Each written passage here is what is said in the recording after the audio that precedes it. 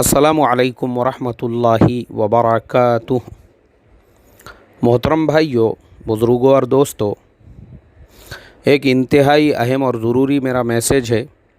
मैं आप तमाम से दरख्वास्त करता हूँ ये तमाम मुसलमानों तक पहुँचाया जाए। इसमें सबसे पहली चीज़, फरवरी और मार्च के महीने में अगर कोई शख्स वो मरकज़ निज़ामुद्दीन का सफ़र करके अपने गाँव वापस आया है या दिल्ली भी अगर गया होगा, वो मेहरबानी फरमा कर अपने गाँव के, अपने शहर के, अपने एरिया का जो गवर्नमेंट हॉस्पिटल है वहाँ पे जाकर ख़ुद होकर उन लोगों को ये बताए कि भाई मैं मार्च के महीने में या फरवरी के महीने में मरकज़ निज़ामुद्दीन गया था या फिर मैंने दिल्ली का सफ़र किया था। वो लोग आपके डिटेल्स लेंगे, आपके हाथ पे एक स्टैम्प मारकर जो है आपको 14 दिनों के लिए घर में क्वारंटाइन रहने के लिए कहेंगे।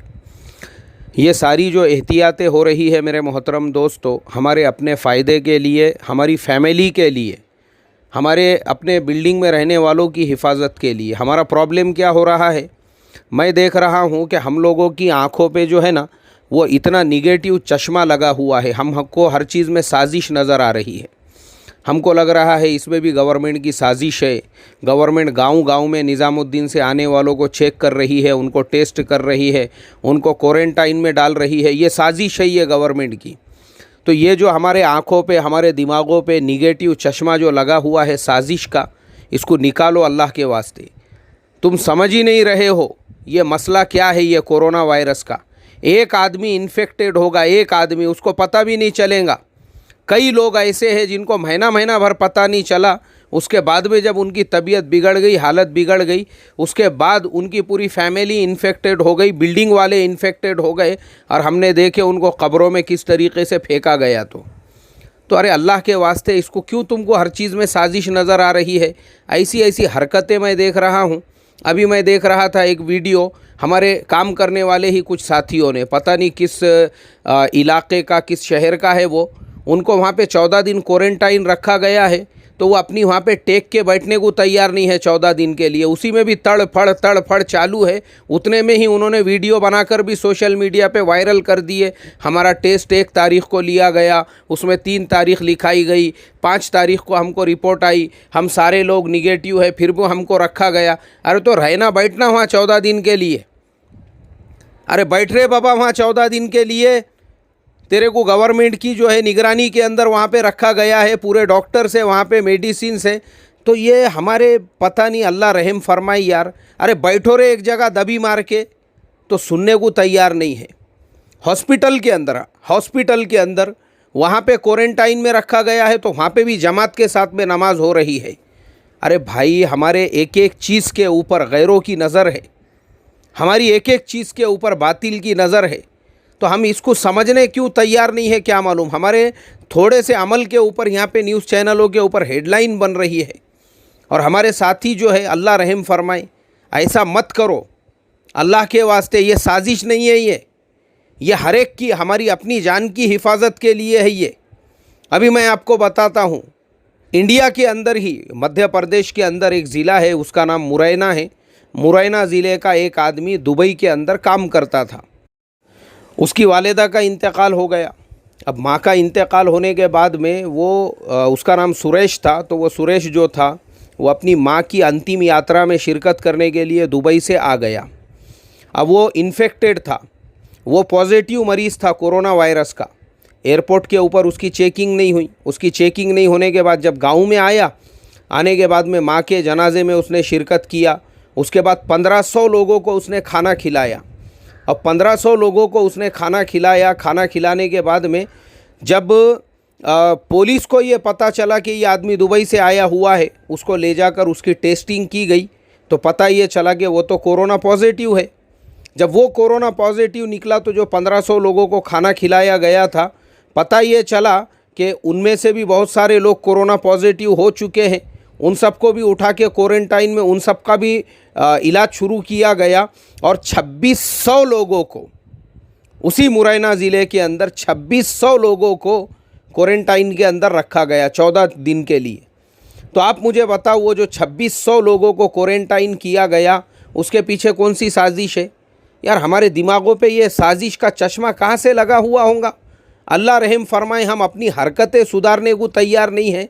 अपने आप को गवर्नमेंट को बार बार चिल्ला चिल्ला के बोली जा रही है ये बात कि गवर्नमेंट को कोऑपरेट करो। हज़रत जी मौलाना साद साहब का भी वो क्लिप ख़ुद न्यूज़ चैनल वाले बार बार चला रहे हैं, जिसके अंदर वो ये फरमा रहे हैं, अरे बाबा मैं ख़ुद 20 दिन के लिए क्वारंटाइन में हूँ।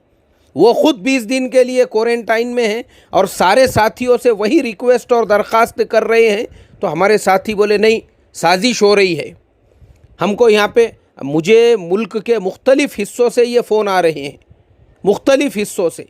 बोले हमारे यहाँ पे जो भी जमातें थी उनको ले जा के, उनको कुछ नहीं है, वो निगेटिव है। अरे मेरे भाई, बहुत सारी मर्तबा अगर रिपोर्ट निगेटिव भी आ रही है तो एहतियाती तौर पर उनको रखा जा रहा है। तो अल्लाह के वास्ते हम कोऑपरेट करने वाले बने। अगर हमको रखा जा रहा है 14 दिन के लिए, बिल्कुल हम क्वारंटाइन के अंदर रहे। गवर्नमेंट को पूरा कोऑपरेट करे। अगर आप फरवरी या मार्च के महीने में मरकज़ निज़ामुद्दीन जाकर आए हैं या आप दिल्ली भी जाकर आए हैं, तो भी मैं ये कहता हूँ कि एहतियाती तौर पर अपने एरिया के मेडिकल ऑफिसर को मिले, एरिया के गवर्नमेंट हॉस्पिटल में जाकर मिले। और दूसरी बात, पूरे देश के अंदर अभी 144 लागू है। अल्लाह के वास्ते 144 का मतलब ये होता है कि 3 या 4 लोगों से ज़्यादा एक जगह जमा नहीं होंगे। जो जमा भी हो रहे हैं उनके अंदर सोशल डिस्टेंसिंग होना चाहिए।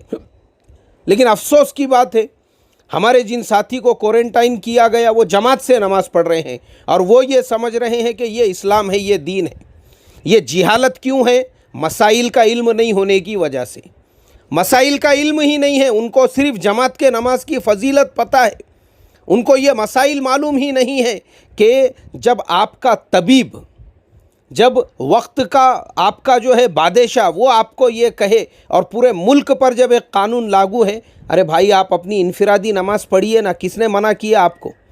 लेकिन मसाइल का इल्म नहीं होने की वजह से ये जिहालत हो रही है कि दवाखानों में भी जमात से नमाज़ें पढ़ाई जा रही है। उसके फ़ोटो लेके वो सोशल मीडिया पे सुबह से शाम तक चिल्ला पुकार कर रहे हैं। तो याद रखो, ये जितने भी लोग अपने आप को दीनदार समझने वाले हैं, तुम दीनदार नहीं हो, तुम जाहिल हो, जाहिल हो, जाहिल हो, क्योंकि तुमको मसाइल का इल्म नहीं। जो अपने बिल्डिंगों के अंदर इज्तिमाई तौर पे किसी के बड़े घर में जमात कर रहे हैं, जो पार्किंग में जमात कर रहे हैं, जो टेरिस पे जमात कर रहे हैं, तुम जाहिल हो, जाहिल। तुमको मसाइल का इल्म नहीं है।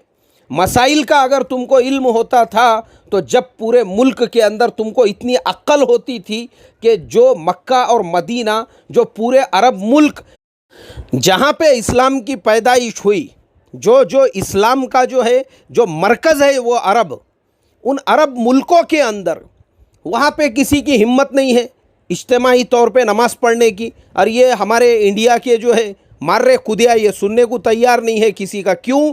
क्योंकि मसाइल का इल्म सीखा हुआ नहीं है इन जाहिलों ने। इनको अगर मसाइल का इल्म रहता था तो पता होता था कि अपनी इनफिरादी नमाज जो पढ़ने का हुक्म दिया जा रहा है वो तुम्हारे अपने जान के हिफाजत के लिए। वो अरब मुल्कों में इतने सख्त कानून हैं, इतने सख्त। मेरे जो जान पहचान वाले हैं, मैं वहाँ पे अपडेट लेते रहता हूँ। कुवैत के अंदर 10,000 जो कुवैती दीनार है, उन्होंने उसका पनिशमेंट लगाया हुआ है वहाँ पे। सऊदी अरब के अंदर आज की न्यूज़ है, एक आदमी ने रास्ते से चलते चलते रोड पे थूक दिया था। वो थूकने की वजह से उसको गिरफ्तार किया गया और वहाँ के काजी ने उसको मौत की सज़ा दी है, मौत की। अब मेरे से पूछो उसने कौन सा मर्डर कर दिया था, कौन सा रेप कर दिया था, कौन सा बलात्कार कर दिया था जो उसको मौत की सज़ा दिया वहाँ के काजी शरीयत ने, सिर्फ थूकने के ऊपर। तो यहाँ हमारा यार ये समझने को तैयार नहीं है। ये यहाँ हॉस्पिटल में भी लंबी जमात हो रही है और बेवकूफ़ बहुत सारे जिनको भी मसाइल का इल्म नहीं है वो भी फेसबुक के ऊपर वैसी तस्वीरें शेयर करके लिख रहे हैं कि नमाज इश्क अदा होती है ऐसी और वैसी। चले, ये जिहालत है ये मुसलमानों की, मैं यही कहूँगा। इसीलिए जब तक मसाइल का इल्म सीखते नहीं, पता ही नहीं चलेगा ये सब बातें। अल्लाह रहम फरमाए। तो इसलिए ऐसी हरकतें मत करो, कोऑपरेट करो, कोऑपरेट। अगर आप फरवरी या मार्च के महीने में मरकज़ निज़ामुद्दीन जाकर आए हैं, मुल्क के किसी भी शहर में रहते हो, अगर आपके शहर का हेल्थ डिपार्टमेंट आपको घर भेजता है, घर पे रहो, हॉस्पिटल में रखता है, हॉस्पिटल दबी मार के अपनी टेक के चिटका के बैठो पलंग पे। कोई ज़रूरत नहीं है वहाँ पे बेचैन होने की और वीडियो बना के डालने की। हमारी रिपोर्ट तब ली गई थी, अब ली गई, हमारी रिपोर्ट निगेटिव आने के बाद में भी ये सब चीज़ें जो है उनको एक इशू मिल रहा है इस्लाम को बदनाम करने के लिए, और हम उसको समझने के लिए तैयार ही नहीं है। बैठो ना भाई, दबी मार के बैठो ना। आपको 2 टाइम का वहाँ खाना मिल रहा है, अल्हम्दुलिल्लाह, इबादत करो, हाथ में तस्बीह लेकर बैठो, कुरान पाक की तिलावत करो उसी बिस्तर पे 14 दिन के लिए। ऐसा समझो मैं 14 दिन अल्लाह के रास्ते में ही हूँ, सवाब मिलेगा आपको। वहीं इबादत करो, नफल इबादतें करो। दिल आपका बोल रहा होगा तो मुस्तकिल वहाँ पे जो है नफल नमाजें पढ़ो रोज़ाना 200-200, 500-500, कोई रोकने वाला नहीं है। अपने बिस्तर के ऊपर ही आप इबादत करोगे तो। लेकिन मसाइल का इल्म ना होने की बिना पर जिहालत वाले अमल मत करो। ये जिहालत वाला अमल है। अल्लाह मुसलमानों को समझ अता फरमाए, इल्म अता फरमाए, फ़हम अता फरमाए और मसाइल का इल्म सीखने का जज्बा पैदा फरमाए। और ये भी हमको अक्ल सलीम अता फरमाए कि कोरोना वायरस की वजह से एक आदमी के इन्फेक्टेड होने की वजह से कोरिया के अंदर 6000 लोगों को इन्फेक्शन हुआ। वो मुरैना ज़िले के अंदर एक आदमी के इन्फेक्शन की वजह से सैकड़ों लोग इन्फेक्टेड हुए और 2600 लोगों को उनको क्वारंटाइन किया गया। ज़रा सोचो, अक्ल लो थोड़ी सी, थोड़ा सोचो कौन सी साजिश हुई उनके साथ में। यहाँ हम लोगों को हर चीज़ को साजिश के साथ में जोड़ने की आदत पड़ गई भी है, क्योंकि हम खुद अभी तक वही करते आ रहे थे। मस्जिदों में साजिश, मदरसों में साजिश, मस्जिद के वज़ू खानों में बैठ के साजिश। अल्लाह रहम फरमाए यार और अक्ल सलीम अता फरमाए इस कौम को। अमल करो, अमल करो, इस्लाम को बदनाम मत करो, ज़रा अमल करो और कोऑपरेट करो। पुलिस डिपार्टमेंट को भी कोऑपरेट करो। कुत्तों के जैसा झोड़प रहे वो तो भी शर्म नहीं आ रही। वो वीडियो देख के हमको शर्म आ रही। टोपी वाले, दाढ़ी वाले कुत्तों के जैसे झोड़पे जा रहे गलियों में, महल्लों में और चौराहों के ऊपर, फिर भी मानने को तैयार नहीं है, सुनने को तैयार नहीं है। पूरी दुनिया में वीडियो वायरल हो रहे, लोग रो रहे वो देख करके हमारे दाढ़ी टोपी वालों को क्यों ऐसा झोड़पे जा रहा होगा। तो कौम है, उनको खुजली है बहुत चौराहों पे बैठने की। समझ में नहीं आ रहा उनको। गवर्नमेंट ने घरों में बैठने के लिए बोले तो भी सुलेमानी कीड़ा बैठने नहीं दे रहा घर के अंदर। अल्लाह ने मौका दिया है ये माँ बाप के साथ, बीवी बच्चों के साथ बैठने का, प्यार मोहब्बत की 2 बातें करने का, माँ बाप की खिदमत करने का। बच्चे इतने दिनों से बाप को मौका मिला है तो पूछने का क्या पढ़ते क्या नहीं पढ़ते, मकतब में क्या पढ़ते, कॉलेज में क्या पढ़ते, मदरसे में क्या पढ़ते, वो सब गया। ये अभी भी अपने जो दोस्त अहबाब है उनके साथ चौराहे पे बैठा हुआ है, गाय छाप जर्दा रगड़ते हुए, विमल की पुड़ी खाते हुए।